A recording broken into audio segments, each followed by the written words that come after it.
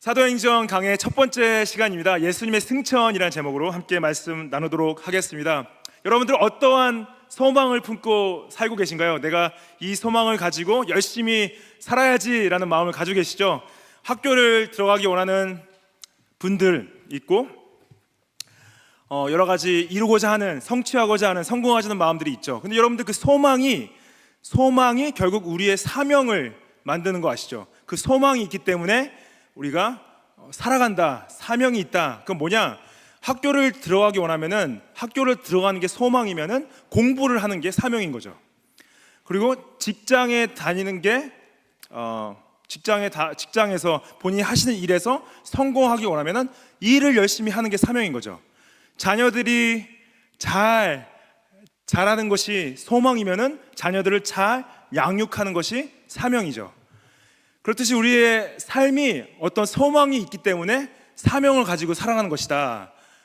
오늘 말씀을 보면은 예수님께서 제자들에게 큰 소망을 주십니다. 그 소망 때문에 제자들이 그 소망을 따라가고자 사명을 가지고 나아가는 것을 저희가 볼 수가 있습니다.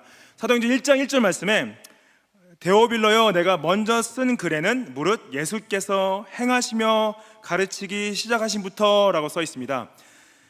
사도행전은 누가 기록했습니까? 사도행전은 누가가 기록했습니다.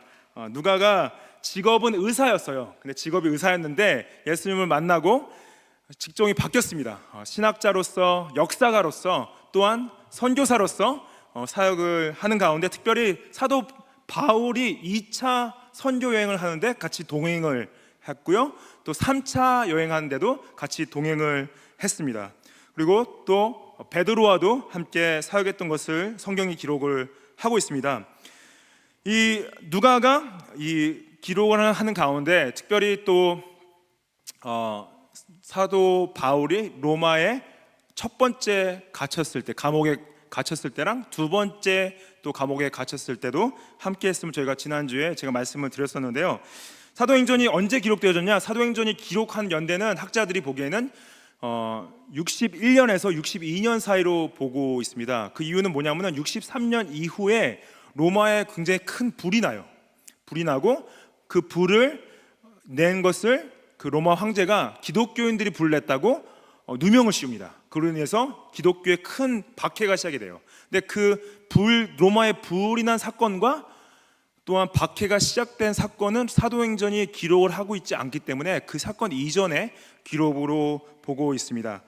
그리고 또 이 수신자로 등장하는 인물이 있죠. 데오빌로라는 사람이 나오는데 이 데오빌로는 누가가 첫 번째 썼던 책 누가복음에서도 데오빌로에게 썼다는 기록이 나와 있습니다. 데오빌로의 영어로 보시면은 Theophilus 써 있는데 이 헬라어로 Theo가 하나님이고 필러스가 사랑입니다. 그래서 Theophilus 그러면은 영어로 번역하면 Lover of God, Friend of God. 그래서 하나님을 사랑하는 자 아니면은 하나님의 친구 이런 뜻을 가지고 있는데요. 그래서 어떤 학자들은 이것은 하나님을 사랑하는 기독교 교인들 모두에게 쓴 거 아닌가라고 생각하는 분들이 계신데 대부분 학자들이 그걸 동의하지는 않습니다. 왜냐하면은 첫 번째 누가복음에서 데오빌로 가카라는 말이 나와요. The most excellent. 가카라는 말이 들어왔기 때문에 분명히 아마 총독, 어느 지역의 총독이나 최근에 이 예수님을 만나고 그리스도인이 된 어떠한 중직에 있는 정치인이었을 거라고 보는 것이 대부분의 학자들의 생각입니다. 여기서 내가 먼저 쓴 글에는 이란 표현이 나오죠. In the first book. 그래서 누가가 기록한 것이 누가복음과 사도행전인데 대부분 이 누가복음과 사도행전이 원래는 한 권으로 쓰여졌다고 생각하는 부분이 있는데 한 권으로 쓰여진 가운데서 첫 번째 책과 두 번째 책이 나눠지는 것은 예수님의 공사역 전과 후로 나눈 것으로 이제 볼 수 있는데요. 그래서 이 첫 번째 먼저 쓴 글과 이 사도행전이 원래는 한 권으로 쓰여졌다가 이제 분리한 것으로 보는데 이 원래 헬라어 원전의 제목은요. 사도행전을 프락세이스 아포스톨론에서 이 프락세이스라는 뜻은 일반적으로 공적인 의무를 얘기합니다. 그리고 아포스톨론이라는 단어는 사도예요. 그래서 사도들의 공적인 수행, 공적인 임무. 그래서 영어로 번역되어졌을 때 The Acts of Apostles, 이런 지금은 이제 Book of Acts로 써 있는데 Acts of Apostles 써 있죠. 그래서 이 터툴리안이라는 오리겐이라는 이제 초대교회의 역사가들, 교부들은 사도들의 활동기라는 또 번역을 썼고, 또 어떤 사본에서는 거룩한 사도들의 행적, The Whole History of Holy Apostles 이런 표현을 썼습니다. 제가 좋아하는 책 제목은 이 R.C. 스폴 목사님은 이 사도행전을 성령님의 행적이다라고 표현을 써요. 그래서 그리고 성령님의 자서전이나 이런 표현을 씁니다. 왜냐하면 사도들이 행이긴 했지만은 결국 성령께서 임하셔서 그들을 통해서 행하신 일을 나타낸다라는 표현을 쓰고 있습니다. 기록한 게 뭐냐? 예수께서 행하시고 가르치기를 시작하심, all that Jesus began to do and teach, 그거를 누가복음에서 기록한 거죠. 누가복음에서 예수님의 행적 그걸 기록하는 가운데 승천하신 날까지의 일이라고 써 있죠. 2절 말씀에 보시면은. 그래서 누가복음의 끝이 예수님의 승천을 기록하면서 저 끝이 나는데요. 누가복음과 사도행전의 결국 기록 목적이 무엇이냐? 누가복음과 사도행전 기록 목적은 결국 예수 그리스도가 하신 일을 기록하신 것이고, 사도행전은 그 예수님께서 성령을 보내셔서 교회를 세우시고 그 사도들을 통해 어떻게 교회를 확장해 나가신지를 기록을 하고 있습니다. 그래서 이 일을 기록했다. 근데 2절 말씀 보시면은 성령으로 명하셨다라는 표현이죠. 택하신 사도들에게 성령으로 명하셨다. 사도들을 예수님께서 직접 부르시고 그들이 이 모든 행함이 자신들의 능력이 아니라 성령의 능력으로 하게 됨을 저희가 볼 수가 있게 되는데요. 3절 말씀에 그가 고난을 받으신 후에 또한 그들에게 확실히 많은 증거로 친히 살아계심을 나타내셨다 그러죠. 그래서 영어로 보시면 He presented himself alive to them after his suffering by many proofs 그랬어요. 많은 증거로 나타내셨다. 예수님께서 십자가에서 죽으시고 3일 만에 부활하셔서 승천하시기 전까지 40일 동안의 시간이 있었습니다. 40일 동안. 근데 항상 제자들과 같이 있었던 건 아니고 복음서와 사도행전을 봤을 때는 한 10번 이상 정도 나타내시는 걸로 봐요. 10번 이상 정도 나타나신 가운데 예수님께서 두 가지를 중점적으로 하시는데, 첫 번째로 중점적으로 하신 건 뭐냐면은 많은 증거를 주시는 거예요. 많은 증거, 자신이 살아계심에 대한 많은 증거인데, 나타나셔서 내 손에 못자국을 좀 만져봐. 내가 창으로 찔린 내 몸을 좀 만져봐. 내가 지금 살아있는 거는 육적으로 살아있는 거야. 그거를 직접 나타나셔서 말씀하셨는데, 사도 바울이 기록한 것은 500명 이상이 예수님을 직접 만나고 봤다고 그러죠. 그래서 고린도전서 15장 4절부터 6절 보시면은 사흘 만에 나타나사 게바에게 보이시고, 베드로에게 보이시고 12제자와 그 후에 500여 형제에게 일시에 보이셨나니 그 중에 지금까지 대다수는 살아있고 어떤 사람들은 잠들었다 그러죠. 예수님께서 집중하신 것은 자신이 부활하신 것이 실질적인 부활이고 그것을 증거하시기 위해서 많은 이들이 나타났는데, 고린도전서가 쓰여진 것은 예수님이 부활하시고 승천하신 이후 한 30년 이후에 쓰여졌습니다. 그 30년 동안 500명 중에 대부분의 사람들이 살아있었고 그 중에 몇 명은 이미 죽은 거예요. 그들이 살아있어서 사도 바울이 고린도서를 썼을 때도 그들이 이 사도 바울이 쓴 기록이 맞다. 복음서들이 쓰여질 때도 마태, 마가, 누가, 요한이 말하는 이 기록이 맞다. 그리고 또 편지들이 쓰여질 때도 이 기록들이 내가 직접 예수님을 만났고 봤다라는 기록을 확인하고 증거했던 거죠. 그리고 두 번째 예수님께서 집중적으로 하셨던 건 뭐냐면 그 40일 동안 자신의 부활을 증거하신과 동시에 하나님의 일을 말씀하셨다 그러죠. 하나님의 일을 말씀하셨다. 그 사도행전 1장 3절 맨 마지막 부분인데요. 하나님 나라의 일을 말씀하셨다. Speaking about the kingdom of God. 하나님 나라. 하나님 나라에 대해서 사도 바울이 누가복음을 기록할 때도 마찬가지고 사도행전 가운데 목적을 가지고 이 예수님께서 하나님 나라에 대한 일을 가르친 것을 이 사도행전에서 기록하고 있는데, 첫 번째로 기록된 부분을 보시면은 빌립 집사가 하나님 나라를 가르친 것을 나옵니다. 사도행전 8장 12절에 빌립이 하나님 나라와 및 예수 그리스도의 이름에 관하여 전도했다 그러죠. He preached good news about the kingdom of God, the name of Jesus Christ. 그래서 예수님의 이름에 대한 기쁜 소식뿐만 아니라 하나님 나라에 대한 기쁜 소식을 전했다. 이때 빌립 집사가 복음을 전파한 곳이 사마리아 지역이었습니다. 그 다음에 19장에 가면은 사도 바울이 또 하나님 나라를 가르쳐요. 바울이 회당에 들어가 석 달 동안 담대히 하나님 나라에 관하여 강론했다. He entered the synagogue for 3 months, spoke boldly, reasoning and persuading them about the kingdom of God. 하나님 나라에 대해서 설득시키고 이유를 말하고 하는 것을 사도 바울이 에베소, 사마리아 넘어서 이제 소아시아 쪽으로 간 거죠. 사마리아 지어서 소아시아 쪽에 가서 하나님 나라에 관해서 3개월 동안 회당에 들어가서 가르쳤다, 강론했다 나옵니다. 그리고 나중에 사도 바울이 로마에서 추록했을 때, 첫 번째 추록했을 때 이렇게 해요. 사도행전 마지막 장인데 28장 23절에 사도 바울이 뭘 하는지 보십시오. 그들이 날짜를 정하고 그가 유숙하는 집에 많이 오니 바울이 아침부터 저녁까지 강론하여 무엇을 증언했다고 써 있어요? 하나님 나라를 증언했다 써 있죠. 근데 여기서 보시면요, 하나님 나라를 증언할 때 어떻게 증언했냐면은 모세의 율법과 선지자의 말을 가지고 예수에 대하여 권했다 그래요. 하나님 나라의 일을 가르치는데 구약 성경을 펴서 모세 말씀부터 예언서까지 선지서까지 이것이 다 예수님에 관한 것이다 가르쳤다 그래요. 그리고 사도행전의 결론, 사도행전 제 마지막 구절을 보십시오. 사도행전 28장 30절 31절 보면은 바울이 온 이태를 자기 셋집에 머물면서 자기에게 오는 사람을 다 영접하고 자신이 머무고 있는 집에 사람들을 불러다가 무엇을 전파했다고요?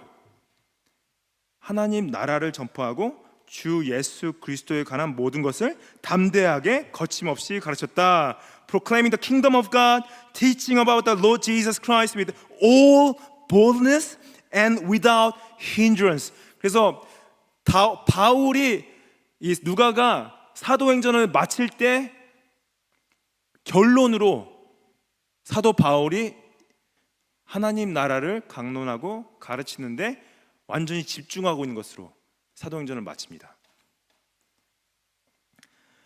하나님 나라는, 그러니까 이 사람들이 가르쳤던 하나님 나라는 뭡니까?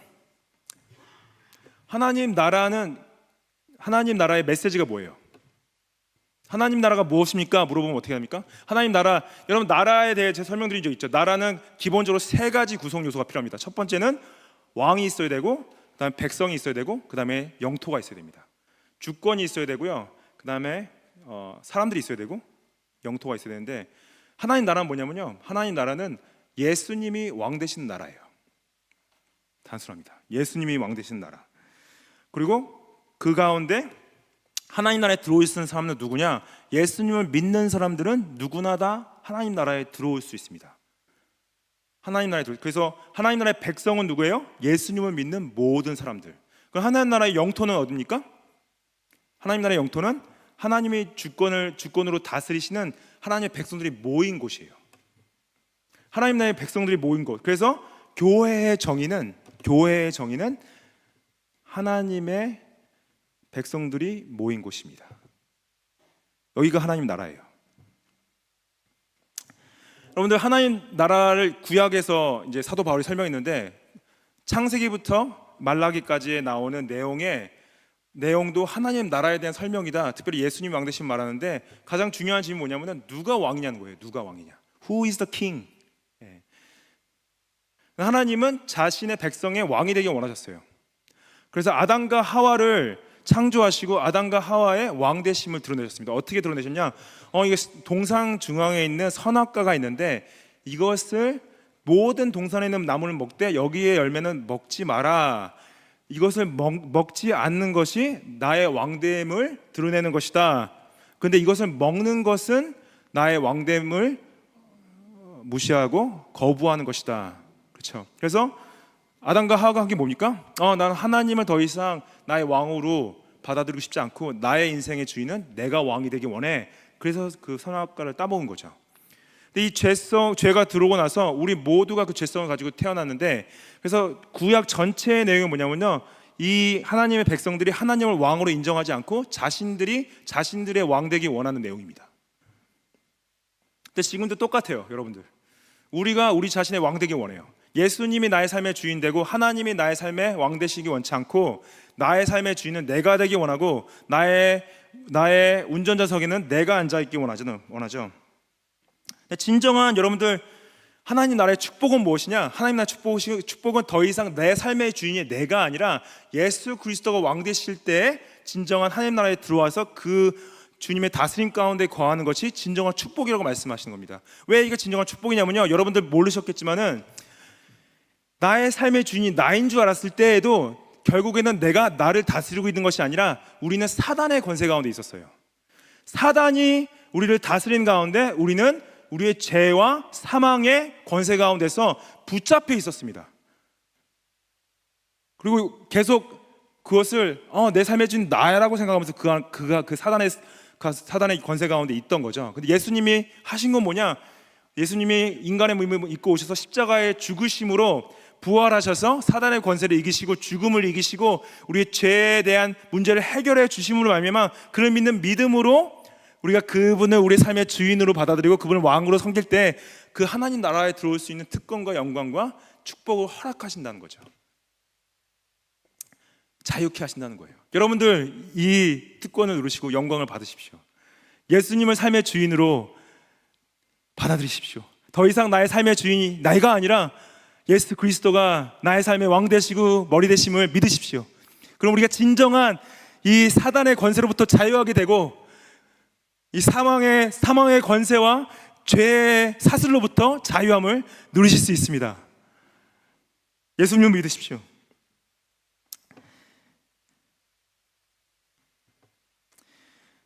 사 절 말씀에 보시면요, 예수님께서 사도와 함께 모이세요. 그리고 그들에게 명령하십니다. 어떤 명령을 하시면 예루살렘을 떠나지 말라. 내게서 들은 바 아버지께서 약속하신 것을 기다리라. 내게서 들은 바는 뭐냐면은 예수님께서 이미 십자가에서 죽으시기 전에 이들에게 하나님의 약속을 주셨는데 그 약속이 뭡니까? 예수님의 약속은 뭐였냐면은 성령님을 주시는 거였어요. 그래서 요한복음 14장에 보면은 내가 아버지께 구하겠으니 그가 또 다른 보혜사 helper, another helper 너희에게 주사 영원토록 너희와 함께 있게 하리니 그는 진리의 영이라. 세상의 능히 그를 받지 못하나니 이는 그를 보지도 못하고 알지도 못함이라. 그러나 너희는 그를 아나니 그는 너희와 함께 거하실 것이다. 이 약속, 하나님께서 주신 약속은 뭐냐면은 예수님이 승천하시고 난 이후에 성령님을 보내실 것이다. 이 약속을 기다리기 위해서 예루살렘을 떠나지 말라. 왜 예수님께서 굳이 꼭 이 사도들이 성령을 예루살렘에서 받기 원했냐? 여러 가지 이유가 있긴 한데 예루살렘에 가지고 있는 굉장히 큰 영적인 상징성이 있습니다. 첫 번째로는 아브라함이 언약을 받고 나서 하나님께서 아브라함에게 이삭을 제물로 바치라 했던 그 장소가 이 예루살렘이었습니다. 그리고 그때 아브라함에게 이삭 대신 다른 제물을 준비해 주시죠. 대속 제물을, 여호와 이레. 그리고 또한 솔로몬이 성전을 지은 곳이 이 예루살렘이었습니다. 그 의미는 뭐냐? 결국에는 앞으로 올 새 예루살렘의 예표의 의미가 있기 때문에 여기서 예루살렘에서 부어지는 성령의 의미가 굉장히 컸고 그 예루살렘을 중심으로 복음이 번져나갈 것을 말씀을 하시는 거죠. 그 약속을 기다리라 하시면서 5절 말씀 보시면은 요한은 물로 세례를 베풀었으나 너희는 맨날이 못되어 성령으로 세례를 받을 것이다 그래요. 요한의 물 세례는 뭐냐? 요한이 가지고 있는 물 세례의 의미는 가장 큰 것은 회개의 의미를 가지고 있었습니다. 그래서 물로 말미암아 더러운 걸 씻어낸다. 그 물 세례를 통해서 죄를 씻음을 받는다라는 의미를 가지고 있었는데 그거는 물 세례는 외적인 증표였어요. 외적인 증표. 저희가 지금도 세례를 줄 때 물로 주는 것은 외적인 증표이기 때문에 주는 거고 그건 내적인 내면 현실과 연결되어지는 부분이 있는데 내면의 영적 현실은 어떻게 바뀌냐? 성령의 세례를 통해 바뀐다라는 거죠. 성령께서 우리를 거듭나게 하시고 중생하게 하시고 다시 태어나게 하시는 것이 성령께서 하시는 역사다. 이거는 그 어떤 사람도 그 어떤 능력도 할 수 없고 하나님의 은혜만 가능하다. 이것은 이미 구약에서 여러 번 여러 번 예언이 되어진 얘기입니다. 성령 세례. 에스겔서 36장 25절 말씀 보시면은 맑은 물을 너희에게 뿌려서 너희로 정결하게 하되 곧 너희 모든 더러운 것에서와 모든 우상 숭배에서 너희를 정결하게 할 것이라, 물 세례를 말하는 거죠. 26절 말씀 보시면은 또 새 영을 너희 속에 두고 새 마음을 너에게 주되 너희 육신에서 굳은 마음을 제거하고 부드러운 마음을 줄 것이다 그래요. 여기서 성령께서 우리의 내면을 변화시키실 때 하는 것은 우리의 굳은 마음을 제거하시고 부드러운 마음을 주신다. 이건 뭡니까? 여러분들, 우리 모두는 모르셨겠지만은 영적으로 죽은 상태에서 태어납니다. 영적으로 마음이 굳은 상태에서 태어나요. 성령께서 우리의 영혼을 다시 태어나게 하셔야지만이 우리의 마음이 하나님께로 나아갈 수 있는 부드러운 마음으로 바꿔주시는 것입니다. 그것이 하나님의 초월적인 은혜, supernatural grace. 그리고 성령의 세례를 받은, 내면의 변화를 받은 사람은 어떠한 선물을 받냐? 회개와 믿음의 선물을 받습니다. 내가 회개했기 때문에, 내가 믿었기 때문에 성령 세례를 받은 것이 아니라 성령께서 나를 변화시키시고 다시 태어나게 하셨기 때문에 나에게 믿음과 회개의 선물을 주셔서 내가 회개하고 죄를 용서를 구하고 변화받게 나아가는 거죠. 여러분들, 이 성령이 주시는 회개와 믿음의 선물을 받으시기를 축복합니다. 이거는 인간의 능력으로 가능하지 않습니다. 하나님만이 하실 수 있습니다.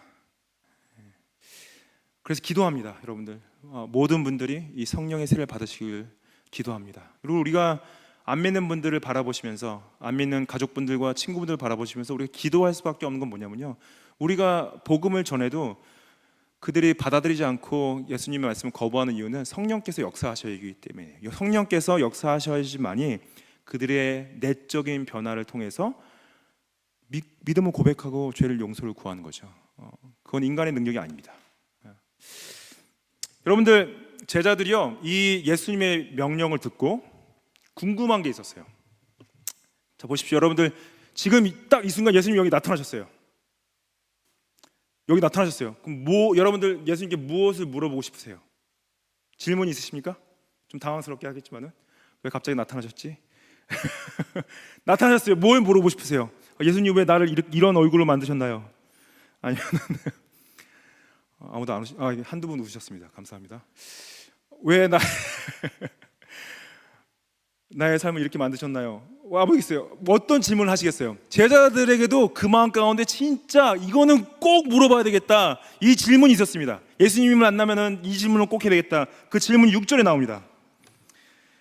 6절에 그들이 모였을 때 예수께 여쭈어 이르되 주께서 이스라엘의 나라를 회복하심이 이때니까 그래요. Lord, will you at this time restore the kingdom of Israel? 그래서 되게 많은 학자들이 이 제자들의 질문 듣고 굉장히 당황했습니다. 여러분도 당황스럽죠?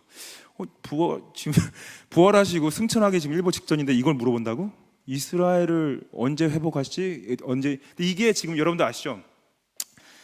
이스라엘의 이때 사도들이 물어본 이스라엘의 회복은 영적 회복을 말하는 게 아니라 정치적 회복을 말하는 것입니다. 정치적 회복. 지금 이들의 십자가 이전에도 예수님께 언제 이스라엘이 해방됩니까? 언제 로마의 압제로부터 자유하게 됩니까? 왜냐? 예수님이 이스라엘에 들어가서 다 뒤집어 엎고 왕 되셔서 우리는 예수님 오른팔 왼팔 한몫하겠습니다. 그 마음으로 예수님을 따랐던 거죠. 그리고 예수님이 체포되시고 죽으니까 다 도망가지 않았습니까? 그건 이해가 돼요. 근데 부활하시고 만난 예수님한테 또 이걸 물어본다는 거죠. 여러분, 이해가 되세요? 이들에게 왜 이렇게 이스라엘의 정치적 회복이 중요했냐? 저는 약간 이해가 됩니다. 이렇게 생각하시면 돼요. 여러분들, 한국이 죄송합니다. 일본한테 나라를 뺏기고 몇 년 동안이죠? 거의 30년, 40년 가까이 통치를 당한 적이 있죠. 근데 여러분들, 그때 2차 세계대전이 마칠 때 우리나라가 일본으로부터 해방을 하지 못했다고 생각해 보십시오. 지금까지 일본의 압제 가운데 한국이 있다고 생각해 보세요. 여러분들 마음이 어떠세요? 여러분들 매일 기도하시겠죠? 하나님, 우리 한국을 일본으로부터 빨리 자유하게 해주십시오. 기도하지 않겠습니까? 그리고 그게 한국 사람한테는 가장 중요한 거예요. 안 그래요? 이스라엘 사람들 마음이 딱 그거였어요. 하나님, 언제 우리 이스라엘을 해방시켜 주겠습니까? 자유하게 해주시겠습니까? 그게 너무나 중요했던 거예요. 좀 이해가 되죠? 근데 그래도 존 칼빈이라는 분은 사도들한테 어떻게 이러한 진짜 부활하신 이한테 이런 질문을 할 수 있지, 정말 좀 세게 표현하셨는데 제가 표현 안 하겠습니다. 근데 좀 당황스럽다. 예, 좀 이제는 정신을 좀 차려야 되는데, 왜냐하면 예수님이 말씀하시는 이스라엘의 해방은요, 영적 해방이죠. 영적 해방. 근데 놀랍게도 이스라엘이 아직도 영적으로 해방되지 못했습니다. 왜냐? 예수님을 거부하고 있어요. 지금까지도. 근데 로마서 11장에 가면은 예수님의 재림이 가까울 때 이스라엘이 민족적 부흥이 올 것을 말하고 있죠. 그때 진정한 영적 해방이 올 것이다 말을 하고 계신 거죠. 그런데 예수님께서 보시면 이 사도들의 질문에 그들에게 화를 내시거나 그들에게 뭐라고 하지 않으셨습니다. 대답을 어떻게 하시냐? 7절 말씀 보시면은 이르시되 때와 시기는 아버지께서 자기의 권한에 두셨으니 너희가 알 바 아니다. 언제 이스라엘이 정치적으로 해방될지는 너희가 알 바 아니다라는 표현보다는 언제 이스라엘이 영적으로 자유케 될지는 너희가 알 바 아니다. 근데 이게 언제를 말하냐면 예수님의 재림을 얘기합니다. 예수님이 다시 오심. 예수님이 다시 오심은 그 때와 시기는 아버지께서 자기의 권한에 두셨다는 거예요. 그래서 여러분들 누가 나타나서 나는 예수님이 언제 다시 오실지 정확한 날짜와 시간을 알고 있습니다 하시는 분들은 다 뭡니까? 이단이죠. 거짓 선생들이죠.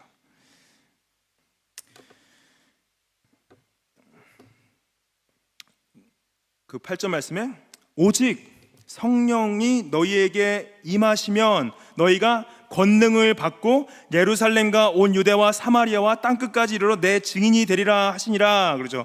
오직 약속하신 성령이 너희한테 임하시면 너희가 능력을 받을 것이다. 권능을 받을 것이다. 그때면은 예루살렘과 온 유대와 사마리아와 땅끝까지 이르러 내 증인이 될 것이다. 내가 다시 오음에 대한 소망을 너에게 줄 텐데 그때까지 사명은 이거야.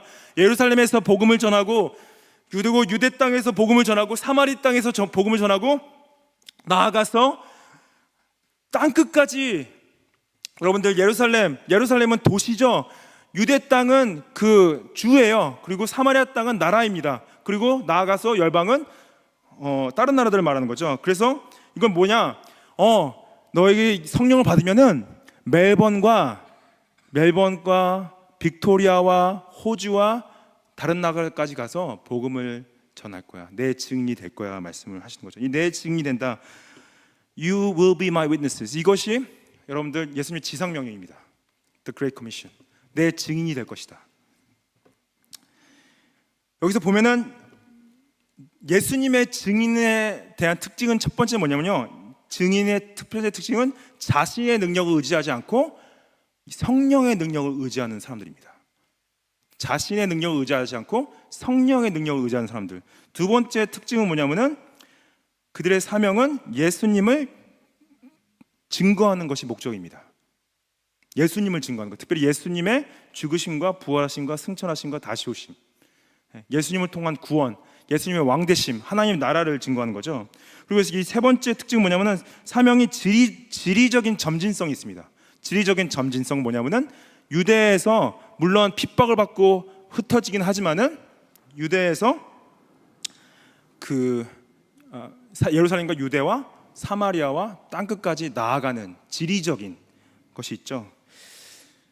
여러분들 이 사도행전의 구성이 그렇습니다. 사도행전 전체가 28장인데요 1장부터 7장까지는 뭐냐? 예루살렘에서의 사역이에요. 예루살렘에서의 복음 증거입니다. 예루살렘에서 처음 초대교회가 탄생되어지고 성장되어지는 것이 1장부터 7장까지 내용이고요 8장부터 12장까지는 팔레스타인 지역, 사마리아 지역, 유대와 사마리아 지역 가운데 사도들과 집사들이 나아가서 복음을 증거하는 장면이 나옵니다. 그 다음에 13장부터 28장까지는 특별히 사도 바울, 이방인의 선교사로 부르신 사도 바울이 선교행하는 것이 땅끝으로 나아가는, 소아시아를 넘어서 로마까지 가는 이 지리적인 확장을 사도행전이 구조로 가지고 있습니다.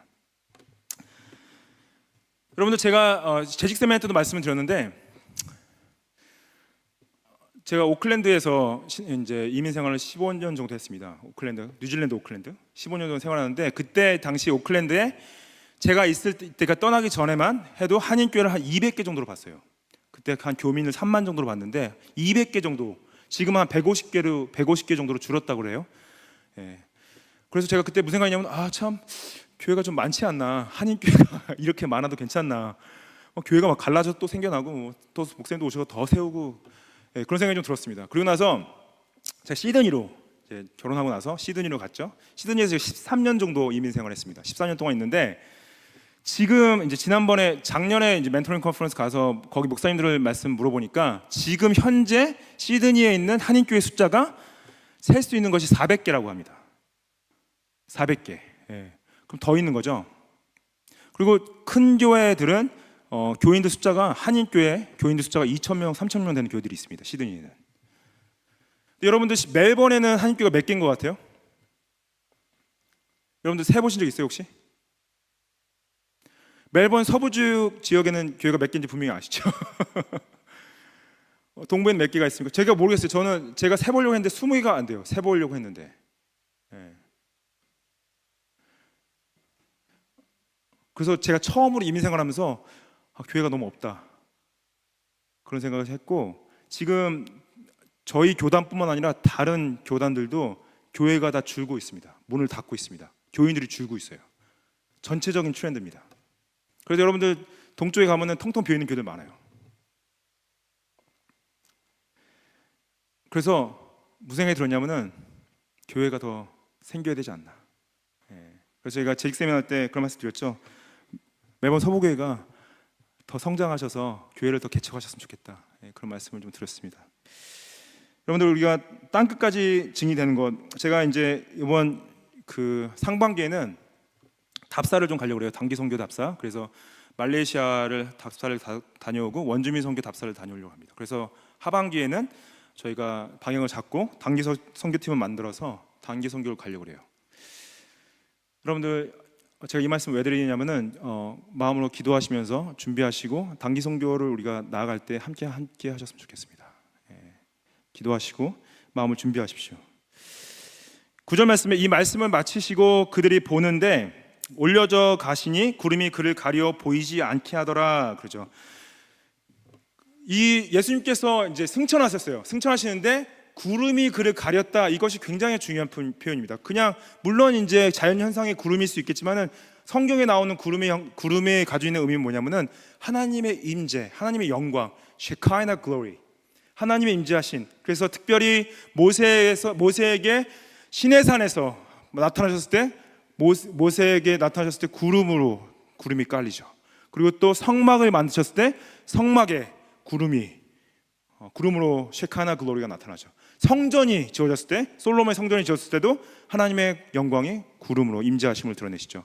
또 예수님께서 변화산상에서 모세와 엘리야를 만나셨을 때도 구름이 나타나는 것을 볼 수가 있습니다. 그래서 예수님께서 승천하고 올라가실 때 구름은 뭐냐? 그 구름의 의미가 굉장히 중요합니다. 하나님의 임재하심 가운데 들어가시는 거예요.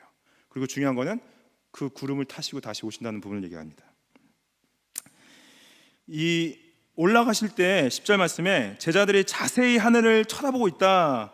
Gazing into heaven as he went. 이게 뭐냐? 이 제자들, 세사들이 하늘을 바라보고 있다는 예수님이 가신 걸 본 거죠. 근데 그 가신 예수님 가운데 자신들의 소망을 담고 있다는 거예요. 다시 오실 것에 대한. 그래서 흰옷 입은 두 사람은 누구니까? 천사죠. 여러분들 예수님께서 부활하셨을 때 무덤에 예수님이 없었죠.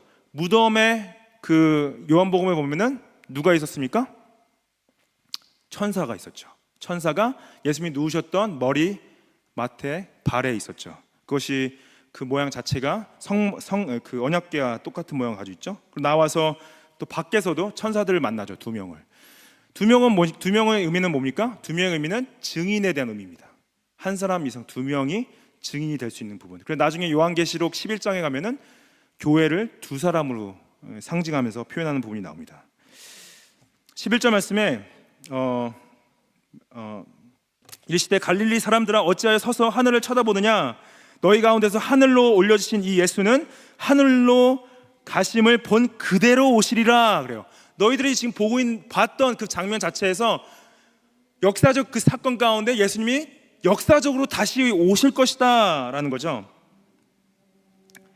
그래서 이것을 우리 아까 예배 시작 때 제가 읽어드렸지만은 예언자 다니엘 선지서에 보면은 이렇게 예언하고 있습니다. 다니엘서 7장 13절 말씀에 내가 또 밤 환상 중에 보니 인자 같은 이가 하늘 구름을 타고 와서 옛적부터 항상 계신 분은 하나님만, 성부 하나님 말하는 거죠. Ancient of Days, Son of Man, come with the clouds of heaven. 나아가 그 앞으로 인도되어졌다 그럽니다. 14절 말씀에 그에게 권세와 영광과 나라를 주고 모든 백성과 나라들과 다른 언어를 말하는 모든 사람들이 그를 섬기게 됐다. 진정한 왕으로서 심판자로 오신 그분 앞에서 권세는 소멸되지 아니하고 영원한 권세요 그의 나라는 멸망하지 않을 것이다. 영원한 하나님 나라 가운데서 예수 그리스도가 왕으로 오셨을 때 모든 열방과 족속과 민족들이 예수 그리스도 앞에 나와서 그분 앞에 엎드려 경배하며 그분을 왕으로 받아들이는 것을 다니엘이 봤어요. 이 다니엘이 본 것을 예수님 자신이 직접 말씀하십니다. 마태복음 26장 24절에 예수께서 이르시되 내가 말하였느니라 내가 너희에게 이르노니 이후에 인자가 권능의 우편에 앉아있는 것과 하늘 구름을 타고 오는 것을 너희가 보리라 그러세요. You will see the Son of Man seated at the right hand of power coming on the clouds of heaven. 이걸 또 사도 요한이 이렇게 예언합니다. 요한계시록 1장 7절에 볼지어다 그가 구름을 타고 오시리라. 각 사람의 눈이 그를 보겠고 그를 찌른 자도 볼 것이요 땅에 있는 모든 족속이 그로 말미암아 애곡하리라. 그러하리라. 아멘.